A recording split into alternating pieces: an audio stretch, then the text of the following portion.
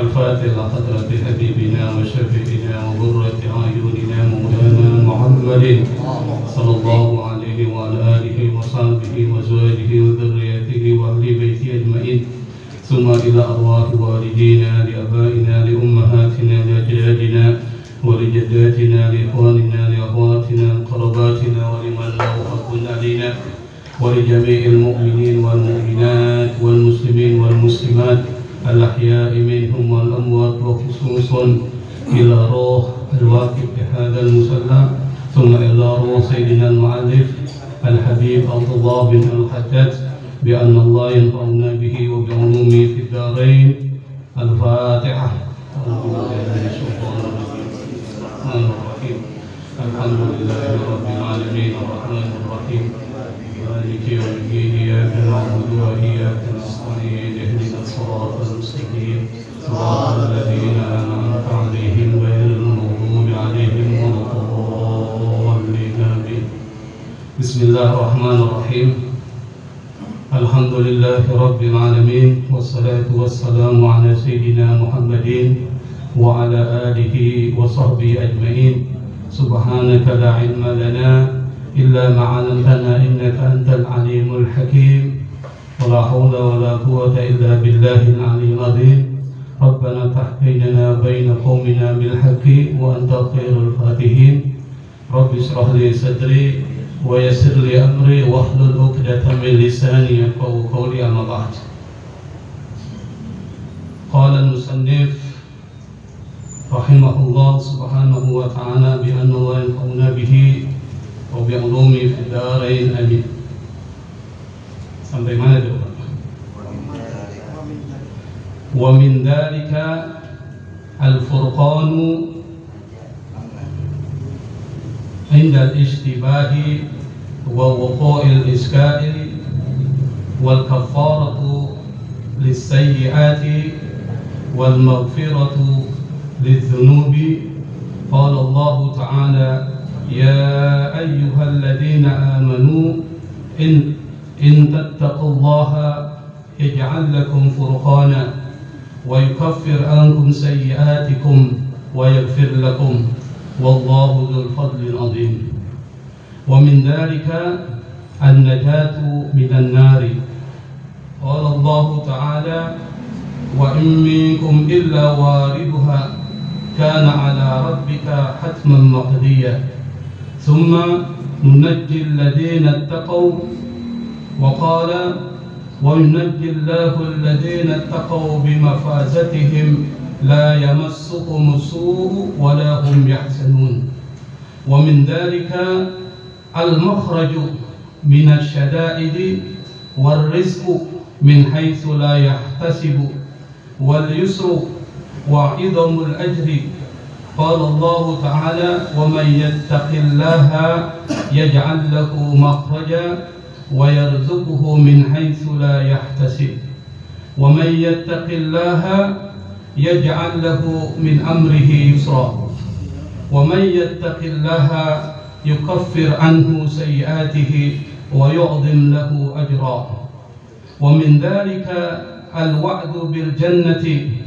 Qala Allah Ta'ala: Tilkal jannatu allati nurisu min ibadina man kana taqiyya. Sampai sini aja, Pak. Enggak panjang juga nih. Pada pertemuan yang lalu kita sudah membahas tentang manfaat dari takwa, yang merupakan pembahasan pertama dari kitab ini yang ditulis oleh Habib Abdullah bin Al-Hajjaj.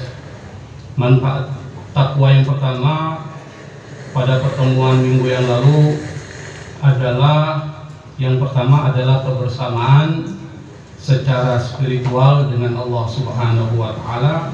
Yang kedua, Allah akan memberikan kepada orang yang bertakwa itu ilmu laduni. Kita sudah jelaskan kedua manfaat dari takwa. Pada kesempatan kali ini kita akan melanjutkan manfaat berikutnya atau buah berikutnya dari takwa. Wa min dzalika, waw di sini adalah waw ibtida, waw istinaf, yang biasanya para penulis kitab bahasa Arab itu memasukkan waw ini untuk pemanis dalam sebuah tulisan. Di dalam kajian nahwu shorof itu ada banyak model waw, ada waw qasam, waw sumpah, wal asri itu waw sumpah itu demi masa, wad duha wal laili demi waktu duha, waktu malam, itu namanya waw qasam, waw sumpah. Ada waw jamak, misalnya yakhtalifun atau mukminun, itu ada waw di tengah-tengahnya, itu namanya waw jamak. Dari sini adalah waw istighnaf yang di dalam bahasa Arab nggak perlu diterjemahkan. Ada waw ataf yang artinya dan. Itu kalau ingin belajar nahwu akan ketemu jenis waw. Wa min dzalika, min itu di antara, lit tab'id, di antara manfaat dari takwa. Dzalika kembali ke sebelumnya, di antara manfaat dari takwa itu adalah al-furqanu indal istibahi wa wuqu'il iskal. Yang pertama al-furqan, nanti kita jelaskan furqan itu apa. Indal istibahi, ketika kita menghadapi kesulitan, keraguan. Istibah itu dari kata syubhat. Syubhat itu ada kesamaran antara yang benar, yang salah. Ada kesamaran antara yang halal dan haram, itu namanya syubhat. Disebut dengan istibah. Istibah itu adalah posisi di mana kita sulit membedakan ini benar atau ini salah. Wa wuqu'il iskal. Wuku itu artinya terjadi. Waqa'a, yaqa'u, sesuatu yang terjadi namanya al-waqi'. Maka ada surat al-waqi'ah, surat tentang hari kiamat yang terjadi, sesuatu yang terjadi, al-waqi'ah. Wuku itu adalah masdar dari waqa'a, artinya terjadi. Terjadi apa? Al-iskal. Iskal itu sesuatu yang sulit, problematis. Makanya kalau dibilang hal indaka muskilah, Anda ada masalah enggak? Itu muskil, dari kata askala yuskilu iskal, muskilah. Nah, manfaat dari takwa yang pertama itu yang dijelaskan oleh Habib Abdullah Haddad, al-furqan. Orang yang bertakwa itu Allah akan berikan satu potensi dalam dirinya, al-furqan. Apa itu furqan? Furqan itu diambil dari kata faraqa yafriqu, farqan, furqan, artinya memisahkan. Yang pertama, makna dari faraqa itu memisahkan. Jadi memisahkan. Yang terpisah namanya firqah. Nah, firqah menjadi kelompok. Ada firqah A, firqah B, itu namanya sesuatu yang terpisah jadi kelompok.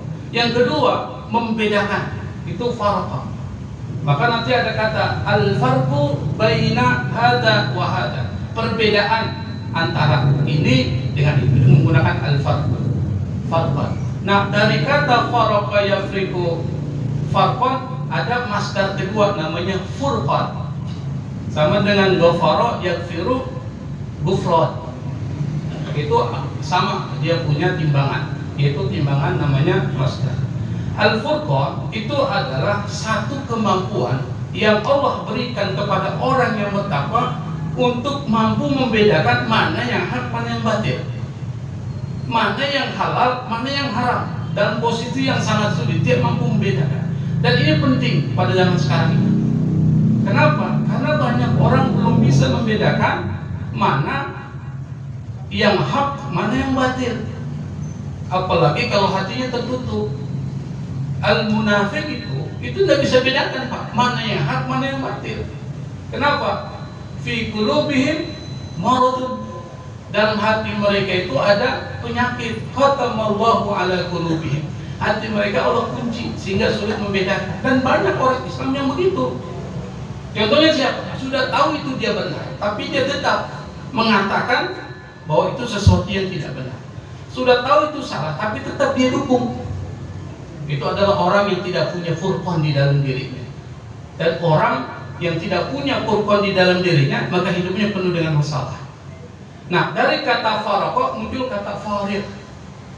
Farik itu adalah yang membedakan. Dari kata farik muncul kata Faruq. Dengar kata Faruq ya? Al-Faruq. Siapa sahabat Nabi yang mendapatkan gelar Faruq? Siapa? Umar bin Khattab. Kenapa Umar bin Khattab itu mendapatkan gelar Al-Faruq, yang akar katanya dari Farqa? Jadi ada ceritanya. Ceritanya itu adalah Umar ini kan termasuk orang sahabat Nabi yang paling keras permusuhannya dengan Islam sebelum dia masuk Islam. Jadi ada dua Umar, Umar bin Khattab dan Amr bin Hisham. Kedua itu tokoh yang sangat berpengaruh, yang besar sekali permusuhannya dengan Islam. Dua Umar. Dan dua Umar ini berpengaruh di dalam masyarakat. Sampai Nabi berdoa, Allahumma a'izzal Islam bi ahadi umarain. Ya Allah, muliakan Islam ini dengan salah satu dari Umar ini. Kenapa Nabi doa seperti itu? Karena kalau salah satunya masuk Islam, Islam akan kuat. Maka menggunakan a'izzal Islam, perkuat dan muliakan Islam ini dengan salah satu dari dua Umar. Akhirnya Allah kabulkan Umar bin Khattab pada saat ketika datang ke rumah adiknya Fatimah. Kan kita pernah lihat ceritanya kan, sampai dia marah-marah ketika mendengar bacaan dari Fatimah terkait dengan Al-Quran. Dia mulai tersentuh hatinya. Kenapa? Allah kabulkan doanya Rasulullah SAW.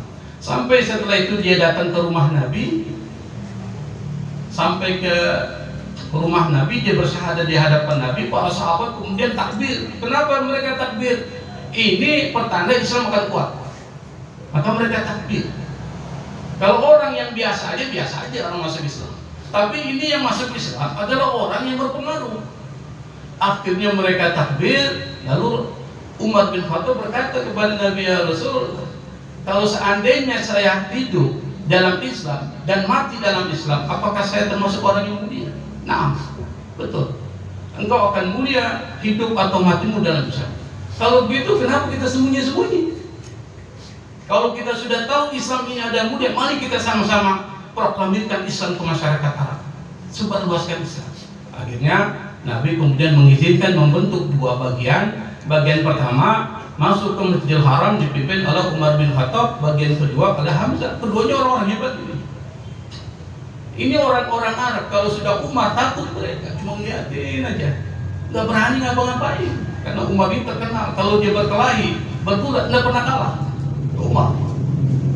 Hamzah juga luar biasa. Akhirnya orang-orang Arab kafir, musyrik Quraisy itu cuma ngeliatin dengan keadaan sedih kepada Umar dan Hamzah. Maka setelah itu Umar diberi gelar oleh Rasulullah SAW dan gelar Al-Faruq, yang kalimat ini diambil dari kata Faraqa yafriqu farqan furqan wa huwa fariq faruq. Itu diambil dari akar kata yang sama, yaitu kemampuan membedakan mana yang hak, mana yang batil. Dan nanti dalam perjalanannya Umar bin Khattab itu orang yang mampu membedakan mana yang subhat, mana yang tidak jelas. Itu Umar bin Khattab. Makanya dia mampu melakukan terobosan-terobosan di dalam persoalan politik. Nah, kalau kita ingin tahu seperti apa terobosan politik Umar, baca bukunya. Apa tentang Umar bin Khattab yang ditulis oleh Hussein Haikal. Itu ada buku khusus berbicara tentang Umar bin Khattab. Jadi yang pertama itu adalah Al-Furqan. Nah, kalau seandainya kita mempunyai sifat Furqan, maka hidup kita insya Allah akan senang, karena kita mampu membedakan mana yang baik, mana yang tidak baik. Itu pernah Pak, di Palu itu ada seorang ustadz ya. Seorang ustadz kemudian dia diangkat menjadi kepala kantor Kementerian Agama. Saya tidak perlu sebut namanya. Nah, tiba-tiba ketahuan dia melakukan korupsi. Kemudian sampai ada inspektorat dari Jakarta untuk melakukan audit. Sampai dia ditetapkan melakukan korupsi. Maka hukumannya adalah secara administrasi dia harus diberhentikan secara tidak hormat. Itu administrasi, diberhentikan secara tidak hormat. Setelah diberhentikan secara tidak hormat, terjadilah komunikasi Ya Allah. Sampai dia berkata, apakah yang saya lakukan itu salah? Anda bayangkan, dia sudah melakukan korupsi dan itu terbukti korupsinya, tapi dia tidak tahu apa yang dilakukan itu salah. Maka kenapa? Karena tidak ada furqan di dalam dirinya. Dia tidak mau membedakan mana yang benar, mana yang salah, mana yang halal, mana yang haram. Nah, ini banyak terjadi di kita. Kadang-kadang kita tidak bisa membedakan mana yang halal, mana yang haram pada pekerjaan kita. Nah, orang yang diberikan furqan oleh Allah Subhanahu wa taala, maka dia mampu membedakan mana yang halal, mana yang haram. Dan ini kalau kita punya, luar biasa. Maka kata furqan itu adalah sensitivitas. Ada rasa kepekaan yang tinggi pada saat ketika kita menghadapi sesuatu hal yang sangat sulit dan untuk kita bedakan. Termasuk di dalam persoalan pekerjaan. Ini pekerjaan kita seringkali dihadapi ada sesuatu yang prioritas dan tidak prioritas. Tapi seringkali kita mengambil yang tidak prioritas, padahal ada yang prioritas. Kenapa? Karena kita tidak punya furqan. Nah, bagaimana bisa mendapatkan furqan? Salah satu caranya adalah takwa kepada Allah Subhanahu wa taala. Yang kedua, wal kafaratu lisayyi'at.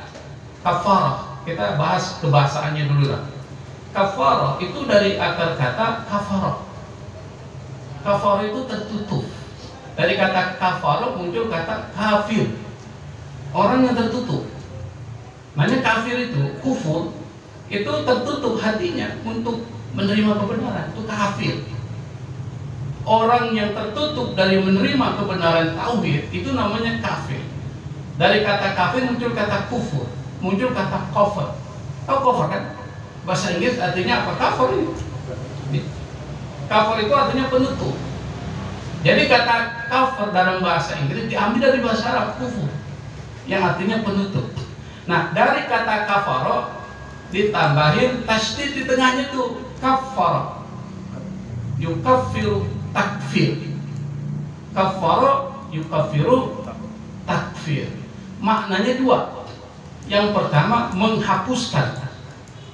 Makanya ada kafar. Anda harus bayar kafar toh. Artinya apa? Penghapusan, penebusan. Kafar. Anda sumpah. Lalu sumpah itu Anda langgar. Bayar apa? Kafarat. Kita bilang kafarat. Jangan pernah di kafarat jadi keparat. Bukan, dia ada hubungan ini. Keparat itu lain, tapi kafarah itu adalah menghapus. Nah, kafarah itu temannya sayiat. Perlu dipahami ya, kata kafarah dalam Al-Quran itu temannya as-sayiat. Sayiat itu artinya perbuatan-perbuatan buruk. Dari kata sa'a, nanti kata sayyi'un, jadi sayyiat. Itu perbuatan-perbuatan buruk. Yang dimaksud dengan sayiat ini adalah dosa-dosa kecil. Maka kafarah temannya sayiat, magfirah temannya dzunub. Tidak boleh dibalik. Kafarah itu temannya adalah sayiat. Nah, sayiat itu adalah dosa-dosa kecil. Dosa-dosa kecil itu dihapus menggunakan kata kafarah. Yang bisa menghapus itu adalah takwa.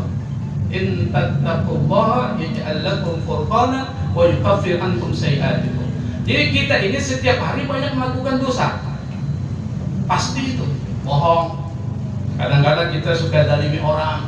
Kadang-kadang kita suka melakukan sesuatu melanggar hal-hal yang sebenarnya itu kecil tapi itu berdosa. Itu namanya dosa kecil. Misalnya berbohong.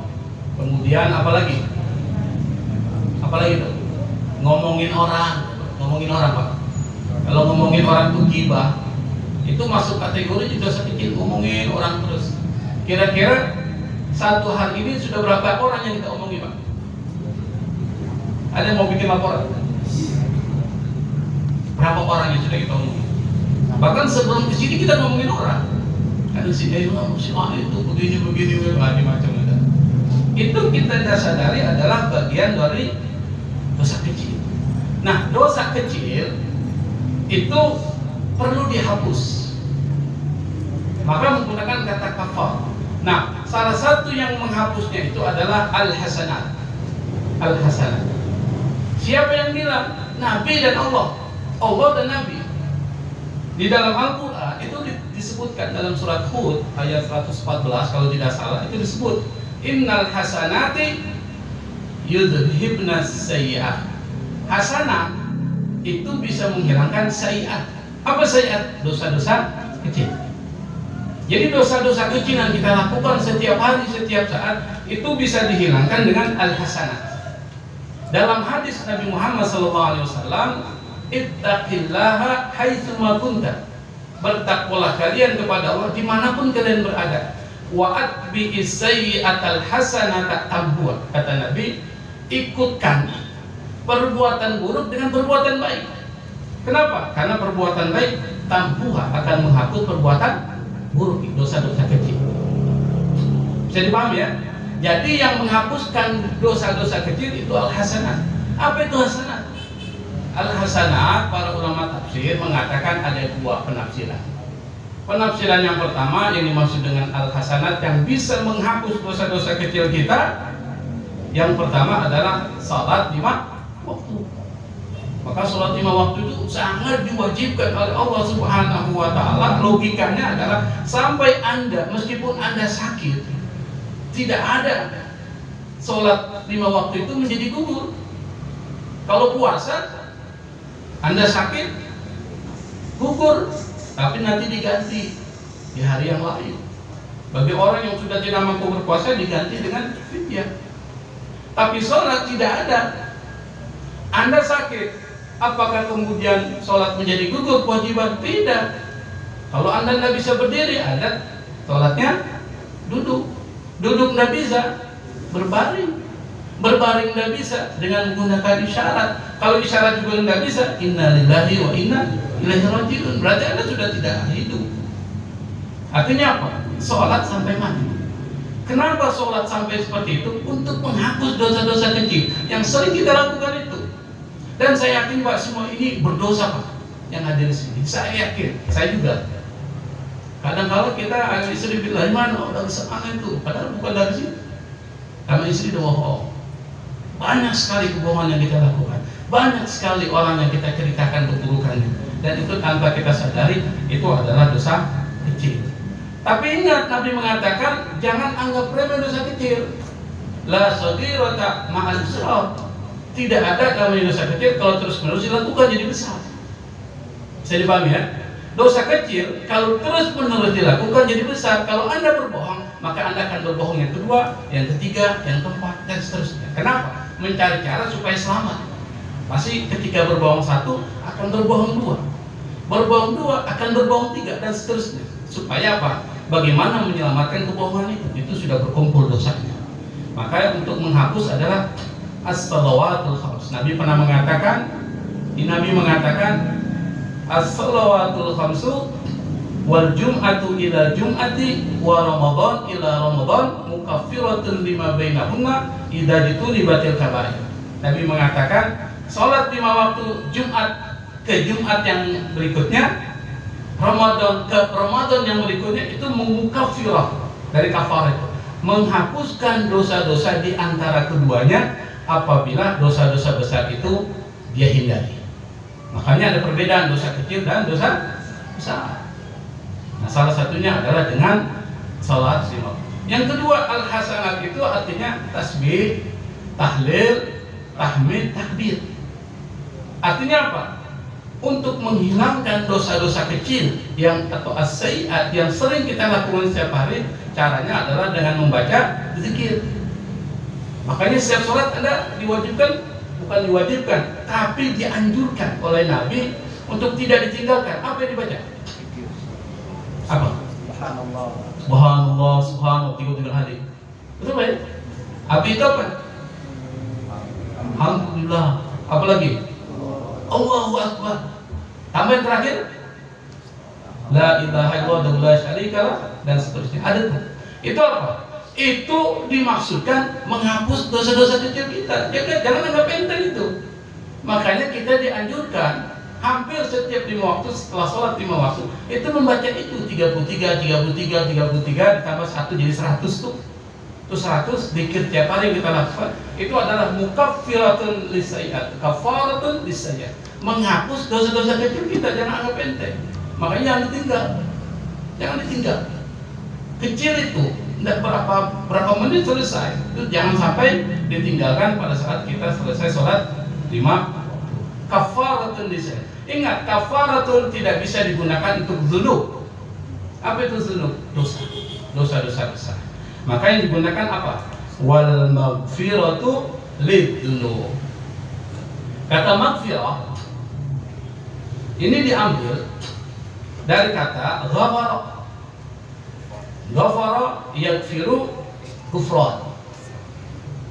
Maghfirah. Maghfirah itu masdar. Masdar mimi. Pernah dengar? Kalau belajar nahwu itu ada namanya masdar mimi. Masdar mimi maksudnya apa? Masdar yang dimulai dengan mim.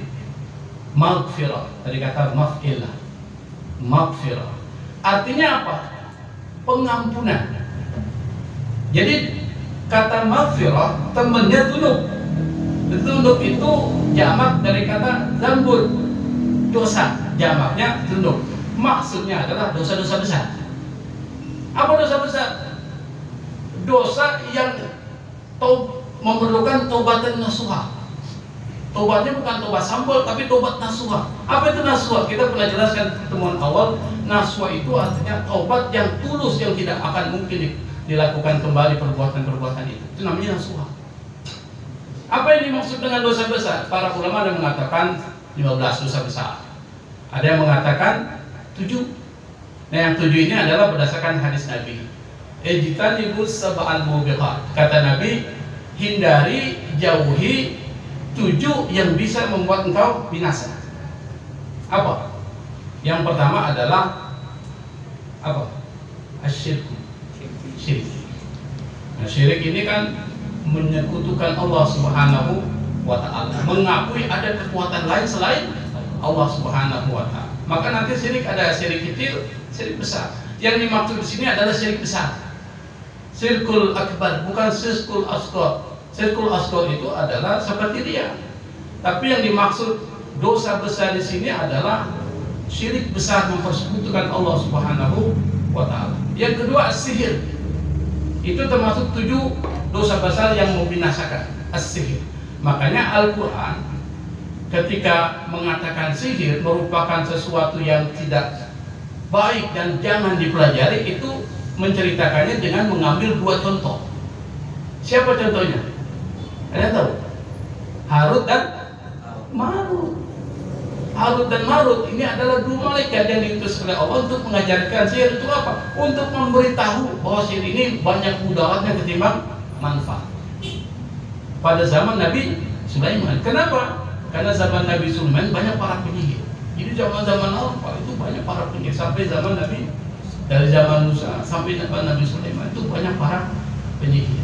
Nah, diutus 2 malaikat ini untuk mengatakan bahwa sihir itu adalah perbuatan yang sangat besar dosanya. Karena apa? Memisahkan antara laki-laki dan perempuan. Ini setan ketika membuat laporan kepada Iblis ya. Iblis itu adalah apa? Dedengkotnya dari para setan itu. Dia membuat laporan. Saya sudah melakukan ini. Belum seberapa itu. Yang satu kenapa? Saya sudah membuat antara suami istri bercerai. Itu baru hebat. Jadi ternyata yang membuat hebat itu setan adalah bisa memisahkan antara suami dan istri bercerai. Dan itu yang dikatakan oleh Harut dan Marut, sihir ini hanya memecah antara suami dan istri sehingga dia tidak bersatu. Maka itu merupakan sesuatu yang sangat dilaknat oleh Allah Subhanahu wa ta'ala. Maka jangan dipelajari. Kalau ada kitab dengan bahasa Arab mengajarkan sihir, hati-hati Pak. Karena itu dilarang oleh Allah Subhanahu wa ta'ala. Yang ketiga apa? Qatlun nafsil lati haramallahu illa bilhaq. Jadi membunuh manusia tanpa hak itu termasuk dosa besar, tanpa alasan yang benar. Apa alasan yang benar? Alasan yang benar itu jihad. Kalau jihad itu ya pasti membunuh. Kalau tidak dibunuh ya dibunuh. Kalau tidak membunuh ya dibunuh. Itu jihad, peperangan maksudnya. Atau kisos. Kisah itu adalah hukuman yang diberikan oleh Allah kepada orang yang melakukan pembunuhan secara sengaja, itu adalah hukuman qisas. Nah, kalau itu namanya alasan yang benar. Tapi kalau alasan tidak dibenarkan, kita bunuh orang tanpa alasan yang disyariatkan oleh Allah Subhanahu wa Ta'ala, itu masuk kategori dosa besar. Yang keempat, aklul riba. Apa itu aklul riba? Makan riba. Maka Al-Quran menjelaskan dengan panjang lebar tentang riba itu. Maka diberikan contoh, orang yang makan riba seperti orang yang kesurupan. Kalau orang kesurupan tidak sadar bahwa yang dia lakukan itu keliru, itu orang merupakan alladzina ya'kuluna riba la ya'kuluna illa kama yatakabbathu syaitanu minan nas. Karena di surah Allah, orang yang makan riba itu tidak memakan sesuatu kecuali seperti orang yang kemasukan setan, tersentuh setan, maksudnya kesurupan. Saking dia lupa bahwa ini adalah sesuatu yang sangat jahat, riba itu jahat sekali. Kenapa? Kalau Bapak baca sejarah tentang riba di dalam masyarakat Arab, itu banyak orang-orang mendapatkan penderitaan yang sangat panjang karena riba. Makanya riba langsung diharamkan oleh Allah Subhanahu wa Ta'ala. Kenapa? Zaman Arab riba itu sesuatu transaksi yang sangat populer. Kenapa? Paling mudah. Cari uang paling mudah itu dengan riba. Kasih pinjam orang lalu kemudian berbunga, tanpa melihat bagaimana penderitaan dari orang yang meminjam. Itu berbahaya sekali. Nah, sekarang banyak model riba dikemas dengan sesuatu yang dengan model teori-teori ekonomi. Ya, artinya nanti itu pembahasan yang lebih dalam ya. Yang berikutnya adalah aklul malil yatim, memakan harta anak yatim. Makanya kalau ada orang ngumpulin sesuatu untuk anak yatim, jangan sampai dimakan, Pak. Karena harta anak yatim kalau dimakan, karena orang yatim itu adalah orang yang menderita. Anda bayangkan orang dia punya ayah, sampai kapan dia dianggap yatim? Kalau dia sudah balik nggak dianggap yatim lagi, Pak. Jangan yatim selamanya.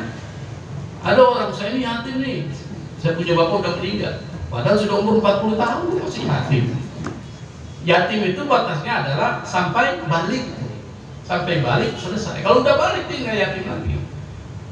Nah, kalau dia masih yatim, maka kita harus menyantuni anak yatim. Dan memakan harta anak yatim itu termasuk dosa besar. Yang berikutnya adalah at-tawalli yaumaz zahfi. Jadi pada saat ketika peperangan ini jarang terjadi, kita mundur, itu termasuk dosa besar. Ini yang harus dihancurkan. Dosa-dosa ini kalau tidak dihilangkan bahaya. Kenapa? Karena dia seperti titik noda, titik hitam yang setiap kita melakukan keburukan, titik itu akan muncul terus. Jadi begini, Nabi pernah mengatakan, ini menarik sekali, Nabi mengatakan, innal mu'mida idza azdama zamban kanat nuktatu sauda fi qalbi. Kata Nabi, orang beriman kalau dia melakukan zamban, dosa besar, termasuk dosa kecil juga, dosa besar dan dosa kecil sama, maka akan terjadi titik hitam di dalam hatinya. Ini hati, Pak, hati kan? Ada titik hitam satu, tek, berarti ada sesuatu. Ketika dia melakukan yang kedua, tambah lagi satu, ketiga satu, tertutup dia. Kalau dia tertutup, hati-hati, Anda tidak bisa bedakan mana yang benar, mana yang salah. Kenapa? Kalau ada kunci, khatamallahu ala qulubi. Nah, maka Nabi mengatakan, kalau dia taubat, kata Nabi dalam hadis itu, atau dia melepaskan diri dari perbuatan dosa tersebut, maka dia seperti membersihkan kembali hatinya. Saqala minha, kata Nabi, dia membersihkan lagi hatinya, membersihkan, mempurnis hatinya menjadi bersih. Tapi wa in zadat, kalau bertambah dosanya, wa in zadat, kalau dia bertambah dosanya, zadat hatta yughallafa biha qalbuha, maka sampai hatinya itu yughallaf itu tertutup sampai menutup hatinya hitam semua. Kalau hatinya hitam tertutup, maka sulit menerima kebenaran, apalagi menyampaikan kebenaran. Saya pernah mengatakan bahwa hati itu ibarat cermin, kata Imam Ghazali. Kalau cerminnya bersih, tidak ada noda, tidak ada titik hitam, maka kita bisa bercermin itu dengan cermin yang bersih. Sama kalau hati itu bersih, maka dia mudah menerima kebaikan dan memantulkan kebaikan ke orang. Itu hati bersih. Tapi kalau hati itu penuh dengan titik-titik hitam, debu, Kata Imam Al-Ghazali, seperti cermin yang berdebu, sulit orang bercermin dengan cermin yang penuh dengan debu. Sama dengan hati. Kalau hati ini penuh dengan titik hitam, yang disebut dengan titik hitam ini penyakit hati, Pak. Maka sulit menerima kebaikan, apalagi memantulkan kebaikan kepada orang lain. Makanya kalau orang hatinya penuh dengan penyakit, boro-boro dia mau melakukan kebaikan, diajak kebaikan aja susah, Pak. Itu orang yang hatinya bermasalah. Itu namanya, kata Nabi, ada titik hitam. Yang itu akan, kalau dia bertambah, maka akan menutupi hatinya. Dan kalau sudah menutupi hatinya, bermasalah. Makanya jangan sampai berbuat dosa. Nabi mengatakan jangan sampai berbuat dosa. Dosa kecil kalau kita lakukan, atau dosa besar, fastaghfirullah, maka minta ampun kepada Allah Subhanahu wa Ta'ala. Itu ada surah Al-Quran itu. Tanda-tanda orang-orang yang bertakwa itu apa? Apabila mereka fa'alu fahisyatan zakarullah fastaghfiru li dzunubihim wa ma yaghfiru dzunuba illallah wa lam yusirru ala ma fa'alu wa hum ya'lamun. Nanti dicari itu ayatnya. Orang yang bertakwa, ciri orang bertakwa itu apa? Ketika mereka fa'alu melakukan fahisyah, perbuatan buruk, perbuatan keji, perbuatan dosa, zakarullah, langsung ingat sama Allah. Fastaghfaru, lalu kemudian minta ampun kepada Allah Subhanahu wa Ta'ala terhadap dosa-dosa mereka. Wa may yaghfiru dzunuba illallah. Siapa yang punya otoritas memberikan ampunan selain Allah Subhanahu wa Ta'ala. Maka kalau orang bertakwa, dia berbuat dosa, astagfirullahaladzim, dia ingat. Tapi kalau orang yang tidak bertakwa, ya masih boleh, santai aja. Dia zalim orang, santai. Tapi kalau orang yang di dalam hatinya iman, ketika dia melakukan keburukan, dia langsung istighfar sama Allah. Dia ingat, lalu kemudian istighfar kepada Allah. Dan istighfar itu akan menghapus dosanya. Karena istighfar bagian dari apa? Zikir kepada Allah Subhanahu wa Ta'ala. Sama dengan tasbih, tahlil, tahmid, dan seterusnya. Itu bisa menghapuskan dosa-dosa kecil. Tapi kalau dosa-dosa besar, harus minta ampun kepada Allah. Taubat dengan taubatan nasuh. Kenapa dosa itu harus dihilangkan, Pak? Yang membuat orang hidup sengsara itu dosanya, Pak. Kenapa kita susah banget itu? Gak maju-maju. Ingat dosa apa yang dilakukan. Introspeksi diri. Apa yang sudah Anda lakukan? Kira-kira sudah baik gak hubungan Anda dengan orang tua Anda? Kira-kira sudah baik gak sholat Anda? Sudah baik gak murid Anda jaga? Sudah baik gak semua anggota tubuh Anda jaga?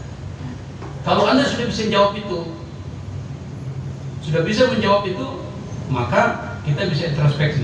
Kira-kira kenapa kok kita hidup susah? Bapak ingat cerita Nabi Adam diusir dari surga? Pernah dengar ya?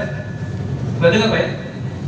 Nabi Adam, Siti Hawa, sebelum diusir dari surga, hidupnya penuh dengan kenikmatan, bahagia terus. Apa yang dia minta tersedia di surga, jannah. Allah suruh Nabi Adam dengan Siti Hawa menempati surga. Apa yang dia inginkan ada di situ. Hanya satu kesalahan yang dilakukan. Apa? Dia melanggar perintah Allah. Apa perintah Allah? Jangan makan buah. Cuma satu saja Pak perintah Allah. Kalau kita kan banyak Pak. Kita banyak ini dilarang ini A, B, C, D. Ini cuma satu saja. Larangannya cuma satu, jangan makan buah khuldi. Tapi ternyata setan lebih pintar. Dengan berbagai cara dia pengaruhi Nabi Adam dan Siti Hawa sampai tergoda dan terpengaruh. Dan ketika dia tergoda dan terpengaruh, kemudian Allah berikan hukuman kepada siapa? Kepada Nabi Adam dan Siti Hawa, dikeluarkan dari surga. Itu Nabi Adam menyesal. Nah, penyesalannya itu adalah Rabbana zalamna anfusana wa illam taghfir lana wa tarhamna lanakunanna minal khasirin. Menyesal dia telah mendalimi, padahal cuma makan buah putih. Lalu kemudian hidupnya susah di dunia. Dunia ini hidup susah, Pak. Karena memang dunia ini adalah darul bala, tempat ujian, maka susah hidup. Dan kita bisa lihat ceritanya Nabi Adam setelah itu. Dan kita termasuk orang-orang yang merupakan cucu Nabi Adam. Bagaimana perjalanan hidup kita? Itu penuh dengan penderitaan, penuh dengan kesulitan. Kenapa? Karena persoalan kesalahan dari Nabi Adam dikeluarkan dari surga oleh Allah Subhanahu wa taala karena berbuat kesalahan. Satu kesalahan sudah menderita. Kira-kira berapa kesalahan kita buat? Berapa kesalahan yang kita buat hari ini? Maka jangan heran kalau hidup kita susah. Kenapa? Karena ada hubungan antara persoalan dosa yang kita lakukan itu dengan persoalan kebahagiaan dunia. Itu ada hubungan yang sangat erat. Maka kalau ingin hidupnya bahagia sini, jangan buat dosa. Nah, pernah ada satu cerita menarik. Abu Bakar As-Siddiq radhiyallahu anhu, ini beliau pernah satu ketika itu pernah dikasih oleh pembantunya segelas susu. Segelas susu ini. Abu Bakar tidak tanya ini susu ini dari mana. Dia minum. Setelah dia minum, dia tanya kepada pembantunya, ini susu kau peroleh dari mana? Nah, kesalahan Abu Bakar adalah dia sudah minum baru dia tanya. Kata pembantunya dari Abu Bakar As-Siddiq, dia bilang susu ini saya peroleh sebagai upah meramal sesuatu. Jadi meramal sesuatu upahnya adalah susu. Nah, salah satunya diberikan kepada Abu Bakar As-Siddiq sebagai majikannya. Itu Abu Bakar As-Siddiq ketika mendengar jawaban dari pembantunya, langsung dia masukkan apa? Jari jemarinya ke dalam tenggorokannya, Pak. Dia keluarkan susu yang ada dalam perutnya, yang sudah bersatu dengan perutnya. Dia keluarkan sampai seolah-olah kalau kita lihat dia pada saat mengeluarkan susu dari perutnya, itu seperti orang sedang mengalami sakaratul maut. Begitu susahnya dikeluarkan, sampai kemudian keluar juga susu itu, dia muntahkan dari mulutnya. Kenapa Abu Bakar sampai melakukan hal itu? Karena Abu Bakar tahu ada hubungan yang sangat erat antara sesuatu yang diharamkan oleh Allah dengan persoalan perilaku. Jadi perilaku kita tergantung dari makanan kita. Kalau makanan yang kita makan yang haram-haram, jangan heran kalau kemudian kita juga seperti ini hidupnya. Jangan heran kalau anak kita nakalnya luar biasa. Introspeksi. Kita punya anak nakal minta ampun. Nurunin siapa ini? Kan kita tahu tadi, jangan-jangan nurunin siapa. Kita lihat introspeksi. Apa yang sudah Anda berikan kepada dia? Makanan apa? Yang halal atau haram? Nah, introspeksi. Kalau yang kita berikan yang haram, jangan heran kalau nakalnya luar biasa. Tapi kalau kita yang berikan yang halal, insya Allah dia akan jadi orang nantinya. Kenapa? Karena Nabi pernah mengatakan kullu lahmin nabata min haram fanar aula bi. Setiap daging yang tumbuh dari yang haram, neraka yang berhak memakan daging itu. Artinya apa? Orang itu tempatnya di neraka. Kalau orang tempatnya di neraka berarti karakternya nggak bagus. Maka ada hubungan antara makanan yang haram dengan karakter perilaku. Maka kalau kita ingin mempunyai perilaku yang baik, maka kita harus makan yang baik-baik. Nah, itu alasan kenapa Allah perintahkan kita untuk menghindari perbuatan-perbuatan dosa. Karena alasan itu. Yang pertama, ada hubungan antara penderitaan dengan perbuatan dosa. Yang kedua, ada hubungan terkait dengan persoalan apa tadi? Perbuatan yang kita lakukan dengan soal hati. Kalau hati kita sudah hitam, maka yang keluar adalah keburukan-keburukan. Nah, yang kita petik dari perkataan Habib Abdul Haddad dengan mengutip ayat Al-Quran setelah itu adalah Allah Maha Pengampun dan Maha Penutup dosa. Jadi kata kafar, lupa saya jelaskan. Kata kafar yang kedua itu menutup, Pak. Jadi kata kafar yang pertama itu menghapus. Kata kafar yang kedua itu menutup kesalahan-kesalahan kita. Coba bayangkan, Pak, saya ini dianggap baik, Pak, oleh orang. Bukan karena saya baik, tapi Allah tutupi keburukan saya. Coba kalau Allah ekspos keburukan saya, maka yang kelihatan adalah Anda adalah orang buruk. Ustaz Saiful misalnya, baik nih. Kenapa? Karena Allah tutup keburukannya. Coba Anda bayangkan, Pak, kalau seandainya Allah ungkap keburukan kita kepada orang lain, kita tidak bisa berjalan dengan mendongakkan kepala. Pasti kita tundukkan kepala. Kenapa? Ada rasa malu. Maka salah satu dari orang-orang yang bertakwa, kata Allah itu, ya ditutupi kesalahan-kesalahannya supaya orang tidak lihat lagi. Saya berbohong. Kalau seandainya orang tahu kebohongan saya kan Allah tutupi. Nah, jadi dua sifat yang ada di dalam diri Allah yang perlu kita teladani adalah Allah Maha memaafkan hamba-hambanya, kedua Allah menutupi kesalahan hamba-hamba. Kita harus tiru nih Pak. Yang pertama adalah kita harus tiru Allah, yaitu sifat pemaaf Allah Subhanahu wa Ta'ala. Yang kedua kita tiru adalah sifat Allah menyembunyikan aib dari hamba-hambanya. Kita disuruh, diperintahkan kalau ada saudara-saudara kita melakukan aib, jangan kita expose.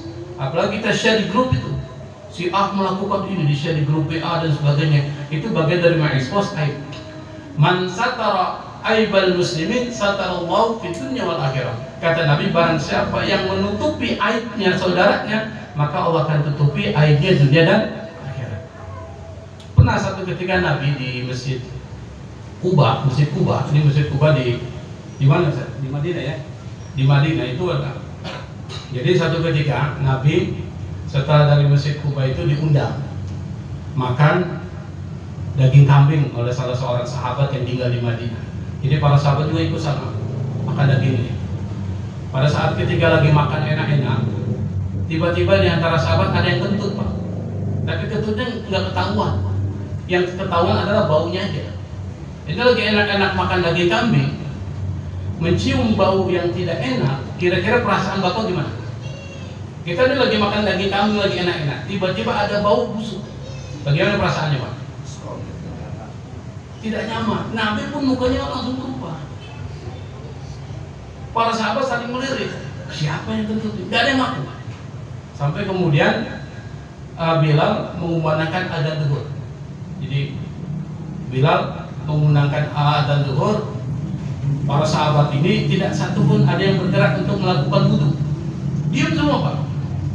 Karena mereka pikir kalau saya berwudu berarti saya yang kentut. Batal itu kan, kentut kan batal. Saya yang kentut ini, diam semua nggak ada. Akhirnya Nabi yang bangun langsung Nabi berwudu. Nabi berwudu, para sahabat pun kemudian sama-sama berwudu. Lalu mereka, Nabi menutupi aib dari salah seorang sahabat. Sampai saat ini tidak ada dalam kitab hadis disebutkan nama orang yang kentut sampai saat ini. Anda bayangkan betapa malunya dia dan keluarganya sampai saat ini kalau tahu bahwa dia kentut pada saat Nabi sedang makan daging kambing. Tapi sampai saat ini tidak ada tahu. Kenapa? Nabi menutupi aib dari sahabat. Dan ini yang harus kita contoh dari Allah dan dari Nabi. Maka kalau ada aib saudara kita jangan diekspos, kita tutup. Kenapa? Salah satu sifat Allah adalah yukaffir sayiatikum, menghapuskan dan menutupi kesalahan-kesalahan kalian. Ini baru satu ayat aja panjang banget penjelasan ini. Ayat yang dikutip oleh Al-Habib Abdul Haddad adalah ya ayyuhalladzina amanu in tattaqullaha yaj'al lakum furqanan wa yukaffir ankum sayiatikum wa yaghfir lakum wallahu dzul fadlil adzim. Ini ayat yang dikutip oleh Al-Habib Abdullah bin Al-Haddad pada saat ketika menjelaskan buah dari takwa itu adalah 3. Yang pertama adalah furqan yang sudah kita jelaskan. Yang kedua adalah yukaffir ankum sayiatikum, menghapus dan menutupi kesalahan-kesalahan kalian, wa yaghfir lakum, dan menghapus serta memaafkan dosa-dosa besar kalian. Wallahu dzul fadlil adzim. Allah adalah orang yang mempunyai keutamaan yang sangat besar. Nah, takwa di sini dimulai dengan kata ya ayyuhalladzina amanu. Kata iman ini menjadi dasar lahirnya takwa. Kenapa?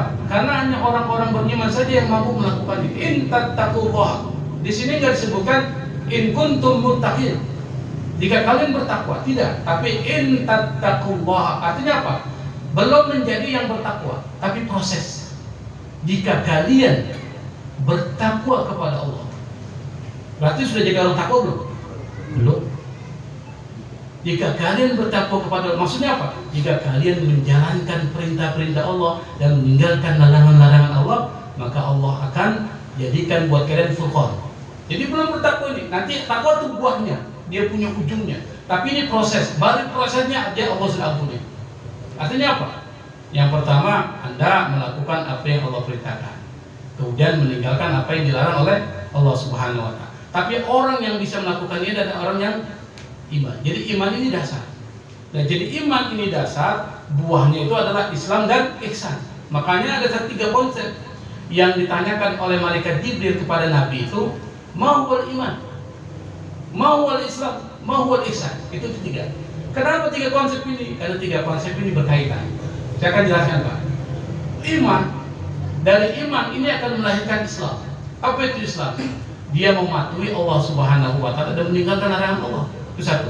Yang kedua akan muncul ihsan. Apa itu ihsan? Dia beribadah kepada Allah seakan-akan dia melihat Allah. Kalau dia tidak melihat Allah, Allah yang melihat dia, namanya muraqabah. Jadi orang yang beriman akan melahirkan satu sikap yang disebut dengan muraqabah, merasa diawasi oleh Allah Subhanahu wa Ta'ala. Kalau orang hidupnya merasa diawasi oleh Allah Subhanahu wa Ta'ala, maka dia tidak akan pernah melakukan kebaikan. Itu konsepnya gitu. Sekarang saya mau tanya, ini di sekolah, di kelas, diadakan ujian. Di dalam kelas itu dihadirkan seorang pengawas, muraqib, bahasa namanya muraqib. Pengawas ini buat aturan.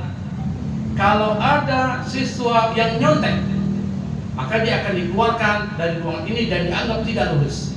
Kira-kira siswa itu takut nggak? Takut nggak nyontek? Takut, Pak, karena ada pengawas. Nah, di kelas kalau ada pengawas itu menjadi tertib. Nah, kalau kita merasa ada pengawas yang ngawasi kita, tertib nggak itu kita, Pak? Tertib. Nah, maka ada satu cerita ini terakhir ini. Ada seorang ulama sufi namanya Junaid al-Baghdadi. Beliau ini punya banyak santri. Santri-santri ini, di antara santri-santri ini ada satu yang paling diistimewakan oleh Junaid al-Baghdadi dan selalu dibicarakan oleh Junaid al-Baghdadi, sampai membuat santri-santri yang lain itu menjadi cemburu. Ini Pak Kiai ini gimana sih? Masa di antara kita santri-santri ini cuma satu saja yang diprioritaskan, yang diberi perhatian khusus. Apa yang dikeluhkan oleh santri-santrinya ini terdengar oleh Junaid al-Baghdadi. Lalu dikumpulkan semua. Setelah berkumpul semua santri ini, Junaid al-Baghdadi lalu berkata, pada hari ini saya kumpulkan kalian di sini, saya akan berikan satu perintah. Perintahnya adalah masing-masing dari kalian pergi ke pasar. Setelah sampai di pasar, masing-masing dari kalian membeli seekor ayam. Setelah membeli seekor ayam, masing-masing dari kalian menjembeli ayam itu di tempat yang tidak diketahui oleh siapapun. Perintahnya. Pergilah semua santri, lalu pergi ke pasar, beli ayam di pasar. Setelah beli ayam di pasar, mencari dia. Ada yang pergi ke laut, ke tepi pantai, dibawa ayamnya, dilihat kanan kiri nggak ada orang disembelih. Ada yang masuk ke dalam hutan, dilihat kiri kanan tidak ada orang disembelih. Ada yang masuk ke rumahnya dia kunci pintunya. Lalu kemudian dia masuk ke kamarnya, dia kunci pintunya, lalu dia sembelih ayam itu. Masing-masing melakukan sesuai dengan yang mereka inginkan. Berkumpul semua, termasuk santri yang diberikan perhatian khusus oleh Junaid al-Baghdadi. Berkumpul, masing-masing melapor, Pak Kiai, kami sudah melakukan apa yang diperintahkan Pak Kiai. Tapi santri yang diberi perhatian khusus dibilang, saya yang tidak melakukan, wahai Kiai. Ditanya kenapa? Yang lain senyum-senyum tuh, lihat itu. Santri yang diberikan perhatian khusus ternyata tidak melakukan perintah Kiai. Kiai ini lalu bertanya, Junaid al-Baghdadi bertanya, kenapa engkau tidak melakukan apa yang aku perintahkan? Begini Pak Kiai, saya ini sudah melakukan yang Pak Kiai perintahkan. Saya ke pasar, saya diperintahkan ke pasar, saya pergi ke pasar. Saya diperintahkan membeli ayam, saya beli ayam. Tapi pada saat ketika diperintahkan untuk menyembelih ayam tersebut di tempat yang tidak diketahui siapapun, saya cari itu tempat. Ternyata tidak ada tempat itu yang tidak diketahui oleh Allah Subhanahu. Semuanya diketahui Allah, maka saya tidak sembelih itu ayam. Nah, ini tadi tersenyum. Tahukah kalian kenapa saya lebih mencintai santri ini ketimbang kalian semua? Karena sifat muraqabah dalam hatinya sangat tinggi. Dia selalu merasa diawasi oleh Allah Subhanahu wa Ta'ala. Maka dimanapun dia berada, pasti yang kebaikan yang selalu dilakukan. Maka kalau orang beriman akan muncul, dia pasti akan melakukan apa yang menjadi perintah Allah dan menjauhi larangannya. Dan orang yang beriman yang sebenarnya akan muncul sifat muraqabah, ihsan, merasa dia diawasi oleh Allah Subhanahu wa Ta'ala. Itulah orang bertakwa. Berapa ya? Berat. Jadi ujungnya bertakwa, tapi prosesnya in tattaqullaha yaj'al lakum. Jika kalian bertakwa kepada Allah, kita ini dalam proses ke sana. Kalau kalian bertakwa jalani ini, tapi fattaqullaha masata'tum, semampu Anda saja. Jangan dipaksa. Kalau kita sudah nggak sanggup sudah.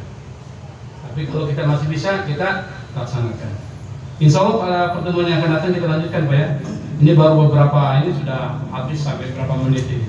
Insya Allah pada pertemuan yang akan datang kita lanjutkan terkait dengan apa manfaat dari takwa, yaitu ada an-najatu minan nar, terlepas, terselamatkan dari api neraka. Ini mungkin yang bisa saya sampaikan. Lebih kurangnya mohon maaf kalau ada kesalahan itu dari saya. Yang benar dari Allah Subhanahu wa Ta'ala. Wallahu musta'an, wallahu muwaffiq ila aqwamit thariq. Assalamualaikum warahmatullahi wabarakatuh.